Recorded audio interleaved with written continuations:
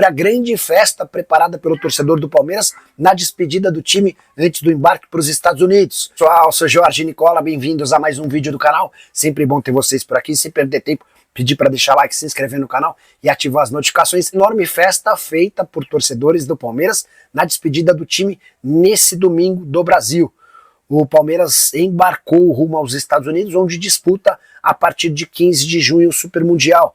E houve uma festa bem grande na frente do centro de treinamento, com algumas centenas de torcedores. Corredor verde, fotos, deu para perceber também os jogadores do Palmeiras muito empenhados em demonstrar carinho, afeto, especialmente para os torcedores que conseguiram estar mais perto do centro de treinamento.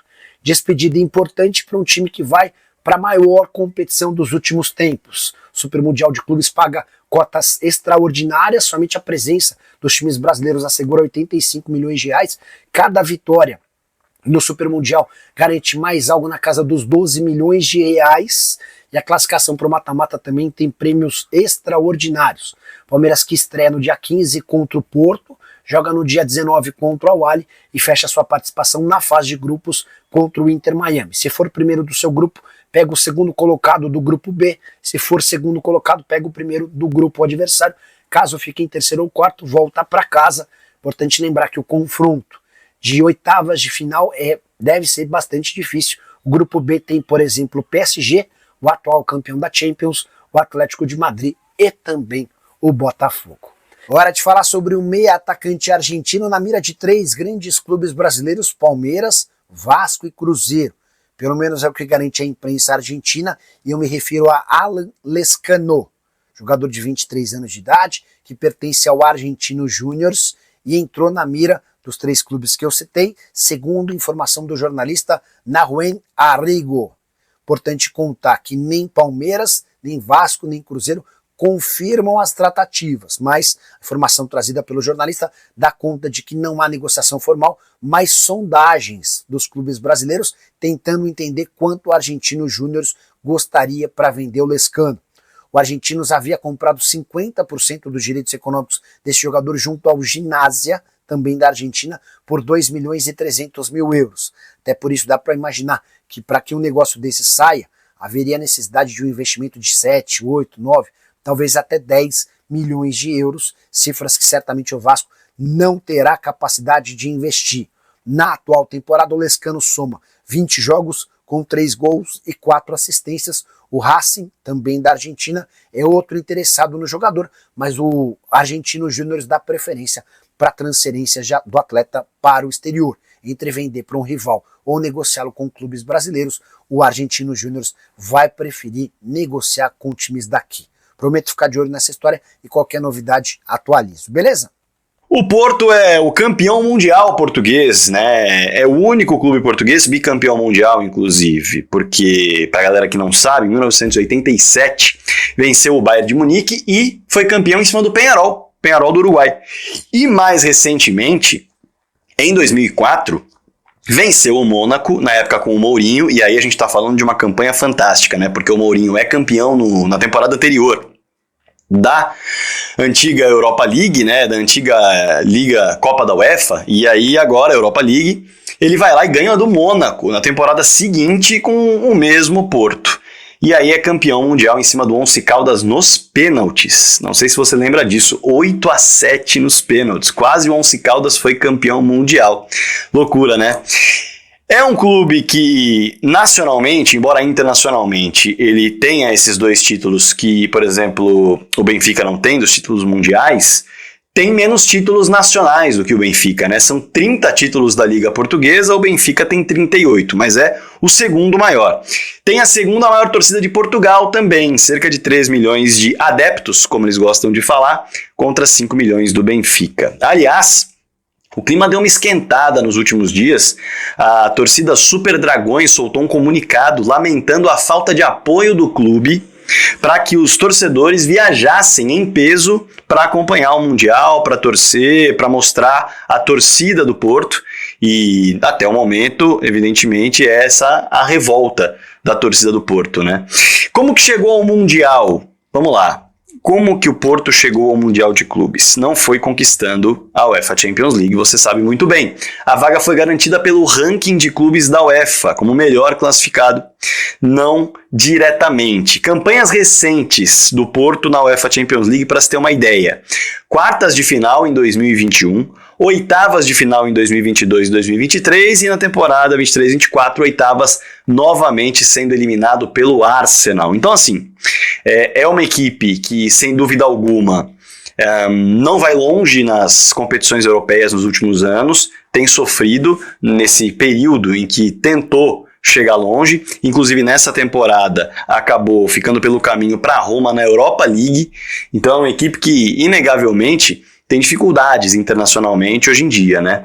Quem é o técnico do Porto? Bom, Martín Anselmi, argentino, ex-Independiente del Valle, é o comandante e ele já foi campeão da Copa Sul-Americana com o Independiente del Valle, em cima do São Paulo, já foi campeão da Recopa Sul-Americana com o Independiente del Valle em cima do Flamengo, no Maracanã, e é bom lembrar que o Palmeiras tentou a sua contratação. Muita gente vai falar, o Martín Anselmi? Quando?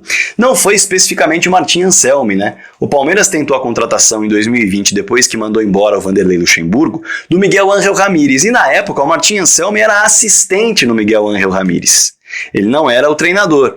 E aí o Miguel Ángel Ramírez pediu para ficar até o fim da Libertadores, se o Palmeiras pudesse esperar, o Palmeiras disse não podemos esperar, se a sua opção é ficar até o fim da Libertadores no Del Valle, muito obrigado, vamos atrás de outro treinador, e aí foi atrás do técnico Abel Ferreira. Que história, né? O Martín Anselmi poderia estar treinando o Palmeiras até hoje, se, enfim, o Miguel Ángel Ramírez chegasse e tivesse o mesmo sucesso que o Abel Ferreira.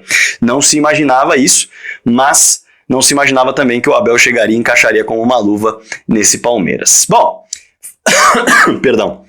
Falando um pouquinho sobre a temporada em si, foi uma temporada em que o Martín Anselmi ele chega para substituir o Vitor Bruno, que era auxiliar do Sérgio Conceição. Foram 7 anos de Sérgio Conceição, tá? 7 anos. E aí o Martín Anselmi chega no meio da temporada e faz 18 jogos. Ele tem um início muito bom, na verdade, perdão, ele tem um início muito ruim, e aí depois ele consegue embalar uma série boa. Nos últimos 9 jogos, o Martín Anselmi conseguiu 7 vitórias e 2 derrotas. Foi um embalo legal.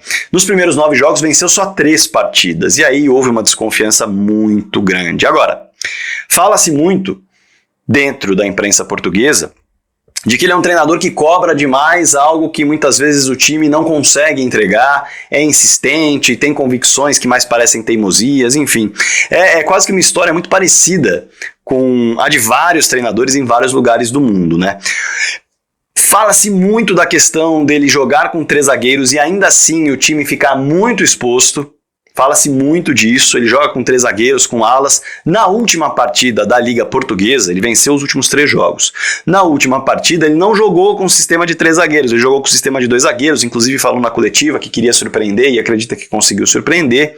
Enfim, e deixa essa pulguinha atrás da orelha de como o Porto vai jogar o Mundial de Clubes. O fato é que não há uma grande confiança, inclusive, antes dessas 3 vitórias, houve uma derrota do Porto por 4-1 para o Benfica, dentro de casa, e claro que isso pegou muito mal, claro que isso gerou uma desconfiança enorme, claro que muita gente pediu a sua saída, mas o Vilas Boas, presidente do clube, manteve o treinador para o Mundial de Clubes. Bom, vale destacar que está longe de ser uma equipe que disputou o título português nessa temporada, ficou 9 pontos atrás do Benfica, ficou 11 pontos atrás do campeão Sporting, não venceu a Taça da Liga e nem foi longe na Liga Europa, quer dizer, inegavelmente foi uma temporada muito frustrante. Inclusive os jogadores ao fim da temporada, mesmo com 3 vitórias consecutivas, pediram desculpas ao torcedor nas redes sociais pela temporada, que poderia ter sido melhor e, inegavelmente, todos ficaram devendo coletivamente, né?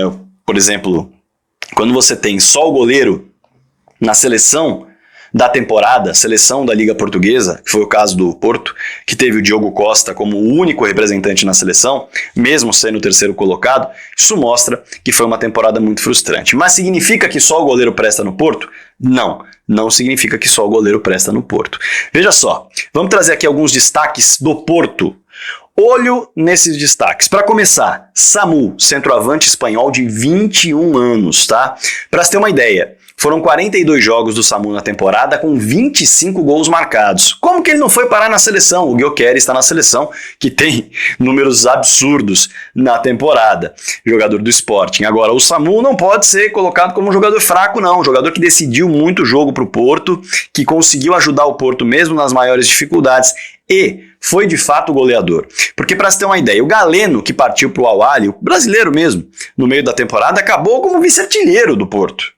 Ninguém conseguiu dividir essa responsabilidade de goleador com o Samu. Então é um jogador a ser muito marcado por Palmeiras, por Al-Ahly, por Inter Miami. Mas é um tanque, é um jogadoraço, é fisicamente muito forte, faz um pivô fantástico e também tem um cabeceio acima da média, tá? Acima da média, muito forte nesse sentido. O vice-artilheiro foi o Galeno, como eu disse, com 12 gols, que já saiu no meio da temporada. E aí, quem se destacou além do Samu? Foi o Rodrigo Mora, jogador de 18 anos que terminou a temporada com 10 gols e 4 assistências. Repito, só 18 anos. Bem interessante, tá? Ele, inclusive, foi lembrado para a seleção portuguesa.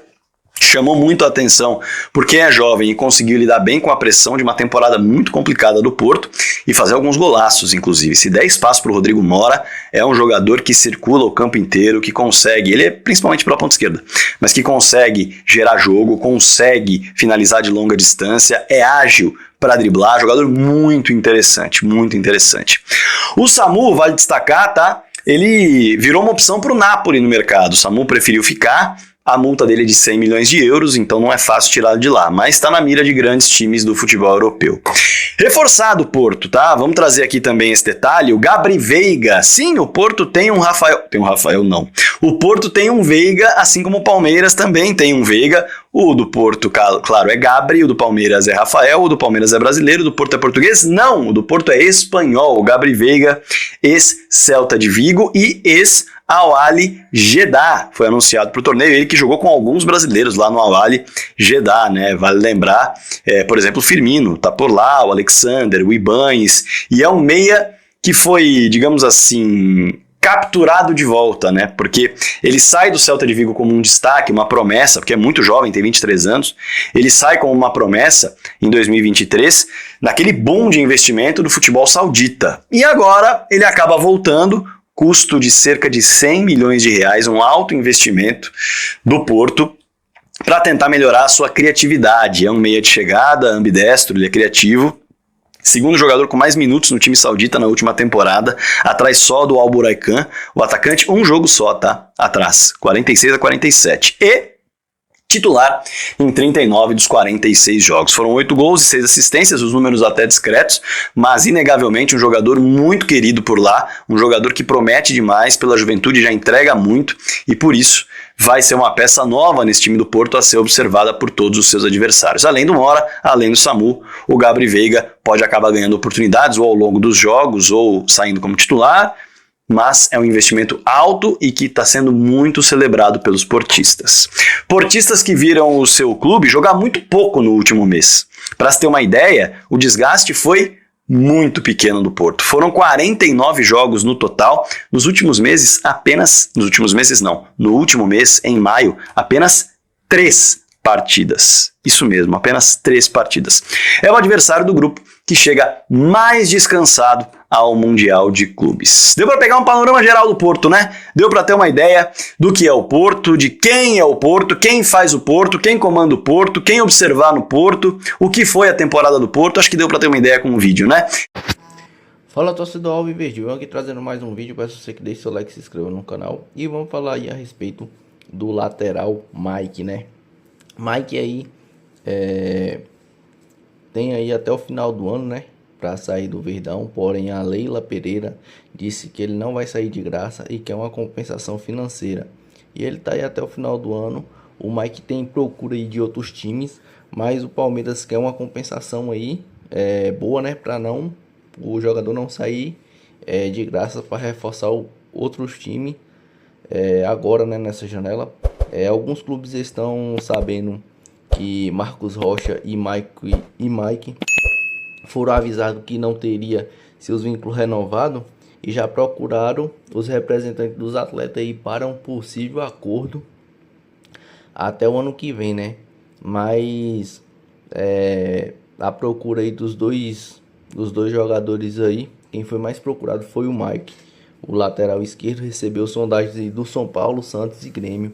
O time gaúcho até queria tentar levar o Alan, mas ele ofereceu o Pavon aí em troca, porém a Leila Pereira não cedeu, não aceitou.